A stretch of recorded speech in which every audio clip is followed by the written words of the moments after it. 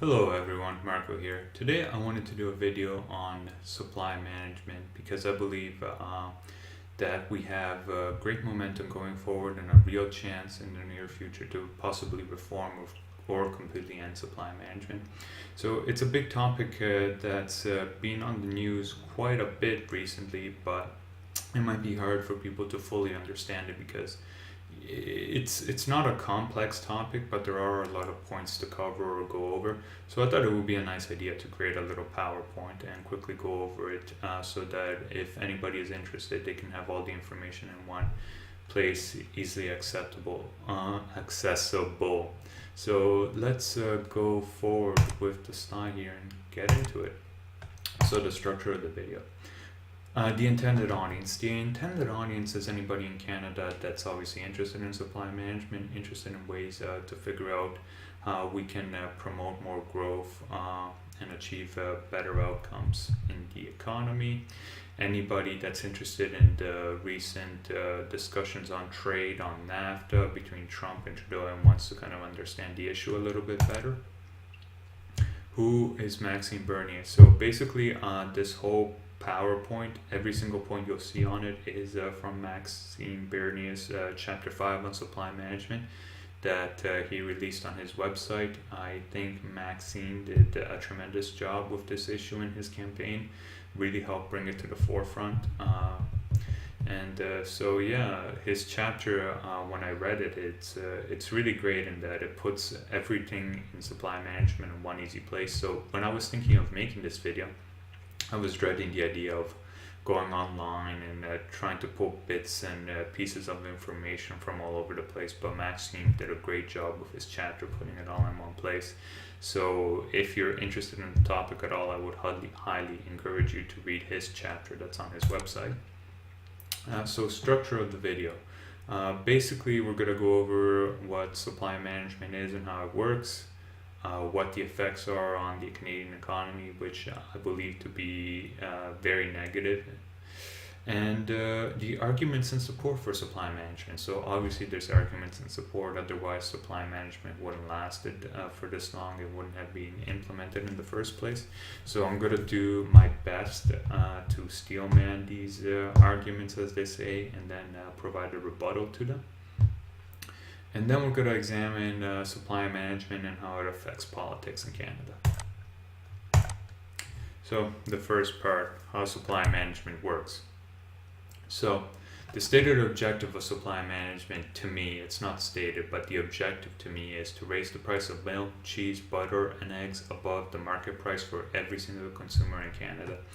And I know that's a pretty big claim to make, and obviously that objective wasn't stated explicitly, but I believe implicitly that's the only conclusion you can come to once you understand supply management, right? So let's examine that a little further. So the stated objective from the House of Commons library, dating back from the time when it was first debated, is basically this. Government control, supply management is government control to control overproduction caused by technological advances resulting in low, unstable prices and disputes between farmers and processors. Okay, so let's go over that then. So basically the trend since probably like the early 1900s has been for the agricultural sector to sort of go in decline as a percentage of the number of people employed in it, in respect to the overall economy, right? So because of technological advances, we're able to keep up the same level of output in agricultural production by using fewer and fewer laborers, right? And so these laborers then can be allocated to other things, such as computer manufacturing, cell phones, making sure that the average North American family has 2 cars, not one, and things of that nature, right? And so yeah, this has been the trend going forward. But then sometime in the 1960s, while Trudeau was in power, the argument was made, hey, this is highly unstable for us. Certain farmers, maybe didn't want to move out of the sector, and they thought it would be a great idea to use supply management to sort of control the output.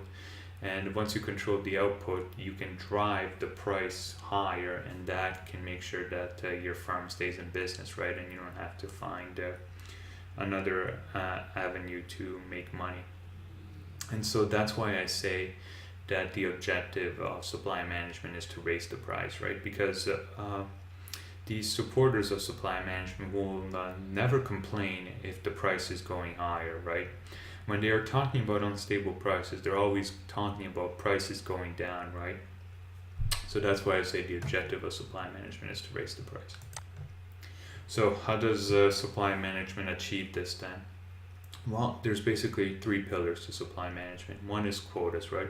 And a quota is basically a piece of paper that says, hey, you can produce this much milk or whatnot. And so there's a national board, bureaucratic, that sets the level of output every year. And then this is distributed to other boards on a province basis. And then these provinces issue these quotas, right? And as we all know from economics, the price equals demand equals supply. And so if you can decrease the supply, you can therefore affect the price, right? And that's the second pillar of supply management, is price fixing, right? Supply management sets the price that a processor must pay a farmer, and that's also very key. So that's obviously the idea is to set it above the market value so that you have a nice little profit margin for yourself. And the third pillar is tariffs, right? So a consumer wouldn't necessarily be screwed over in this system if we had allowed imports into the country, because instead of buying milk and cheese and butter from Canadians producers, he would just go, okay, well, I'm going to buy US milk or European milk or cheese and whatnot, and I'll pay a little bit more obviously because of transportation costs, but I won't pay double or triple. And so that's why it's very critical for supply management to set up high barriers, right? Such as Trump was saying, like 250 to 300% of some of these goods, to make sure that the consumer has no choice but to buy from these farmers here that are fixing the price, right? And so supply management is essentially a cartel system, right? A cartel is basically when big businesses get together to restrict output and fix the price, right? And the government obviously deems that illegal, such interference with the free market. And essentially that's what supply management does. It seeks to restrict output and fix the price. It's a Soviet-style cartel, for sure. Okay, the effects to the Canadian economy.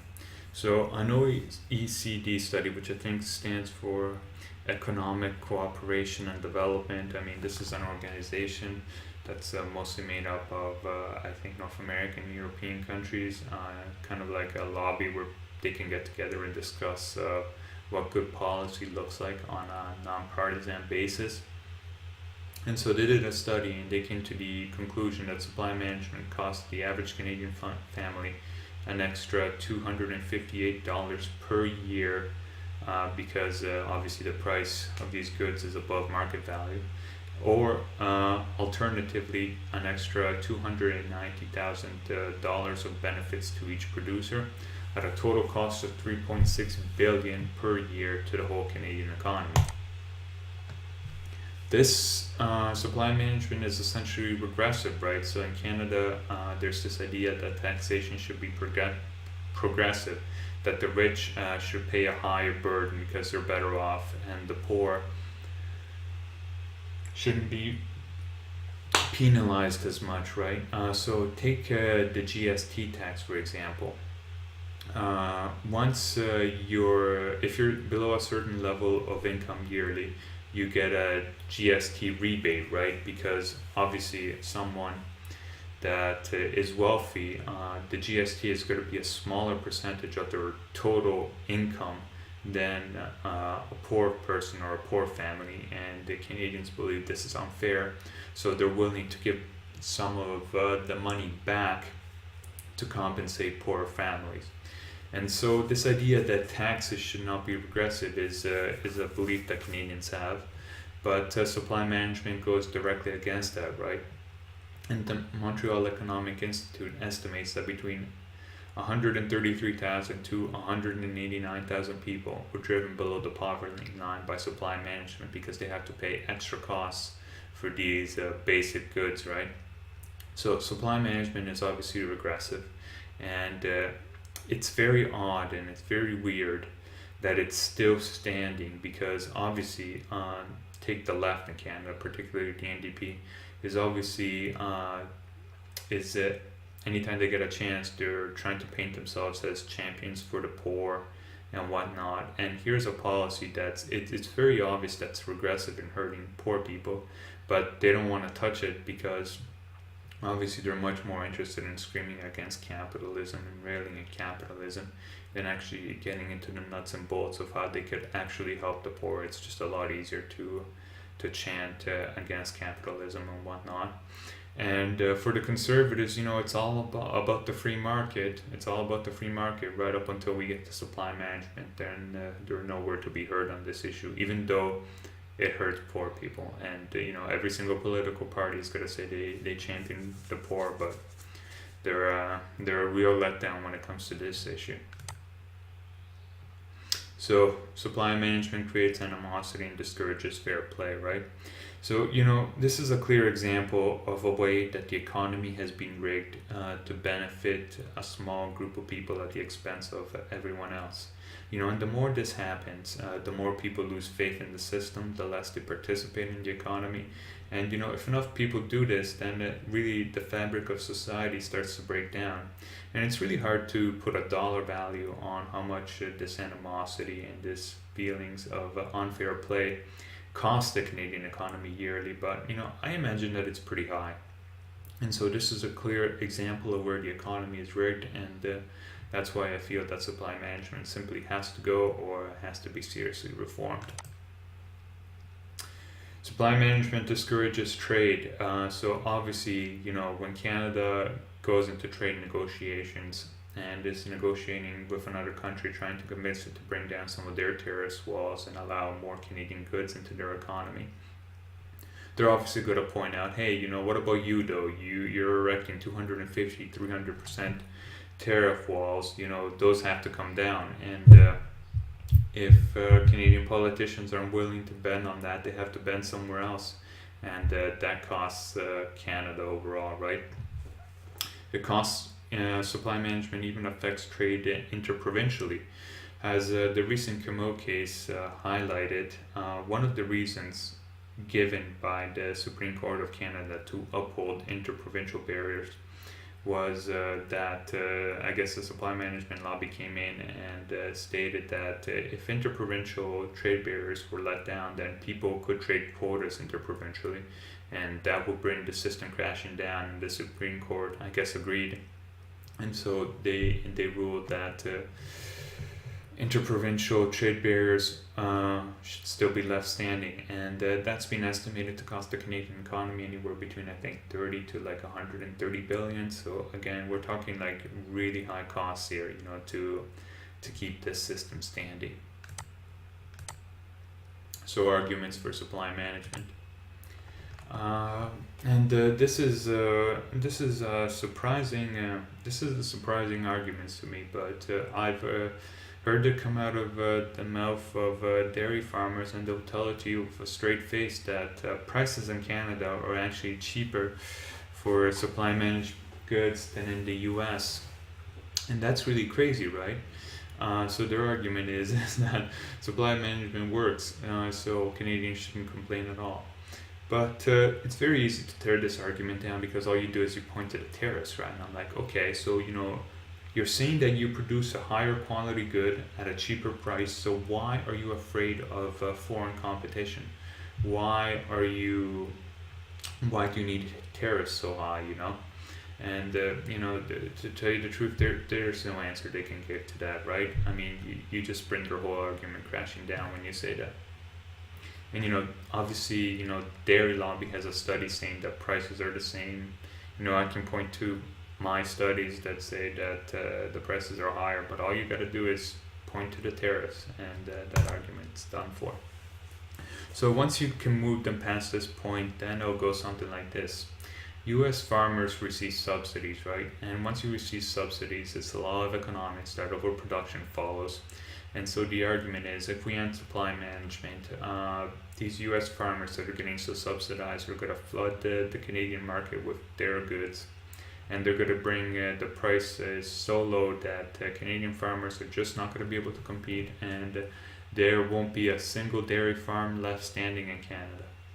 And so to counter this, there was another OECD study done, and they basically estimated that the benefits that the dairy cartel gets in Canada equals to roughly a 44% subsidy to Canadian dairy, while US subsidies equal to only 13%. And now, this is I believe that this is true, but this can get more complicated than we can imagine. So, because for other sectors of the economy, supply management, yes, technically does not get a direct subsidy, but farms that are outside the supply management system do get subsidies, and there's federal subsidies, provincial subsidies, there's direct subsidies, there's also indirect subsidies. So this is an issue that can get very complicated very fast. But overall, yes, I do believe that the supply management system is a system that's more beneficial to farmers than a direct subsidy, which is why a lot of farmers, they point out, hey, you should support supply management. I mean, US farmers in dairy want a supply management for the US, and I'm like, yeah, I bet they do. I mean, who doesn't want the management that you have? I mean, Jesus, you look at the numbers here, and dairy farmers make twice the after-tax income than the average Canadian family. It's a system rigged so far in your favor. Of course US farmers want to copy it. You're proving my point, you're not proving your point. So anyway, that's that argument there. So the other argument is quality control. So the idea is that US milk is of inferior quality, and they use so many hormones in it that if supply management were to be ended, then Canadians would have no choice to consume US milk and get sick and die. Obviously, that's an exaggeration, but that's the sort of alarmist tone that they're using. So when I looked into this issue, it seems that the hormones that US farmers are using is basically to stimulate production of milk in the cow, and apparently it's completely eliminated during pasteurization. And it's been shown by even the Canadian government that it actually doesn't harm humans. The only reason why this particular hormone is banned in Canada is because it apparently has a chance to hurt the cow in terms of more bladder infections or whatnot. So, this thing about the hormones, there's different ways to get around it. If you wanted to, you could make a regulation, hey, we'll import US milk, but we won't import ones with hormones. Or you can give Canadians a choice. Canadian dairy farmers can still produce milk without this hormones, while US farmers can make the choice whether to produce milk for Canada either with this hormone or without. The important thing, in my opinion, is to give Canadians a choice, right? I'm a pro-choice type of guy, so the more choice, the better. And this is perhaps the best argument for supply management, that Canadian dairy farms are an integral part of Canada, and they should be protected. And so my reply to that is, supply management has not failed to protect all Canadian dairy farms, right? So in 1971, when this system was initiated, there were 113,000 farms all across Canada in this dairy sector, and now there's 10,951 as 2017. So, you can't stop the trend. That's the trend across for every farm, right? As we get better at food production, you're going to need less and less of them, right? But I will agree with the argument that if you want to make sure that Canada always has a dairy farming sector, if you just hate the idea of driving down the countryside, rural countryside, and not seeing a dairy farm, then yes, supporting supply management will definitely ensure that there's dairy farms in Canada. But my idea is that my rebuttal to that is Canadian farms that are under supply management represent less than 10% of all the farms in Canada. All the other farms in Canada can compete internationally and can supply the Canadian market without supply management. So this fear mongering that if we reformed or took down supply management that the dairy sector would disappear, I think it's full of hot air. I don't think there's anything substantial about it. I think it's just trying to play up a nationalistic image of this idyllic farm in Canada that's just struggling bravely against all other market forces. But as I pointed out, Canadian dairy farms are doing very well. They're not struggling, okay? They make way more money than the average Canadian family. So we can definitely reform this system and make sure that they still stick around.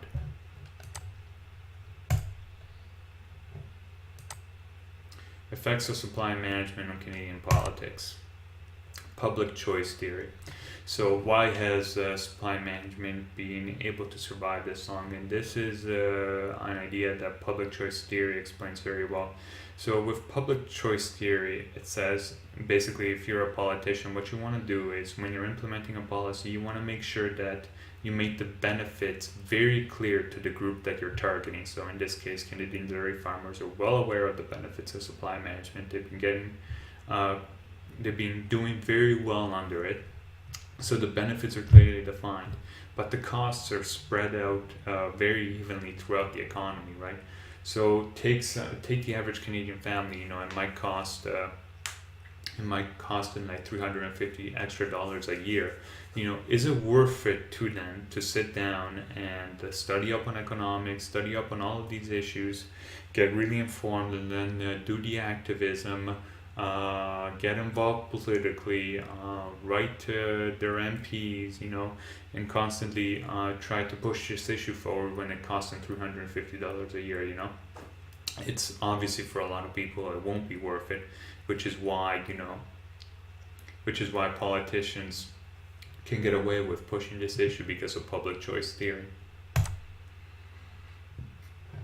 And basically Martha Hall Findlay is one of the politicians, even before Maxine Bernier, that was really bringing supply management to the forefront. So she was doing it from the Liberal Party. And anyway, she did a study, I think, with the Calgary University, and tried to determine, so obviously politicians are weary of tackling supply management because I guess they think it will cost them votes. So obviously supply management, affects farms, which is a rural issue, but doesn't really affect urban ridings as much. And anyway, she determined in her studies that if you came in support of eliminating supply management, it would only potentially swing 5 ridings where it could make a difference. And that's very interesting because I'm not sure what criteria she used. So basically, the supply management lobby is really active. So I would say that for every farm in a riding, just the way they're so active, this could probably affect upwards of 100 people each farm. So I'm not sure what number she used, whether she said that one farm is 1 vote or one farm is 30 votes or whatnot. But anyway, she determined that only 5 ridings could swing, which is not enough to really turn an election. I mean, look at the margins that Harper won his majority and now Trudeau won his majority. 5 ridings is nothing, right? So how feasible is it to eliminate supply management? With Maxime Bernier's last push, he almost became the conservative federal leader for the party, And Trudeau's numbers don't look good right now. I think a lot of the sheen and has worn off him.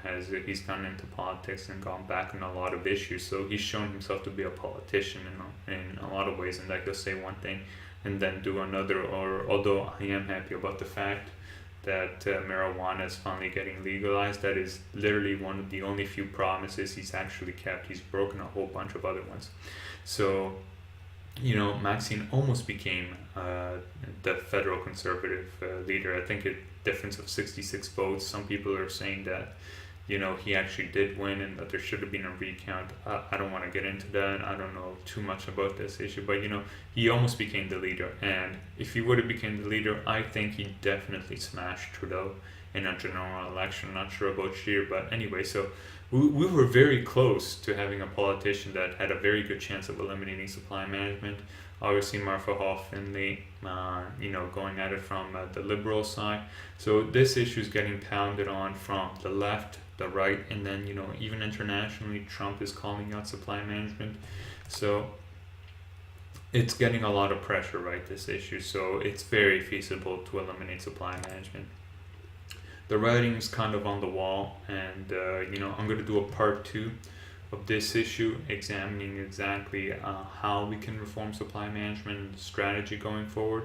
But you know, some of the polling on it looks very promising. I mean, even the media is writing a lot about it. So, you know, we have some momentum right now, and I think going forward, this is an issue that we can definitely work on very well. So that's it for now, guys. This is the video. If you've been watching so far, I want to thank you guys. It's a long video, so thanks for sticking it out with me. Stay tuned for the next video, and of course, feel free to comment. I get back to every single person that comments.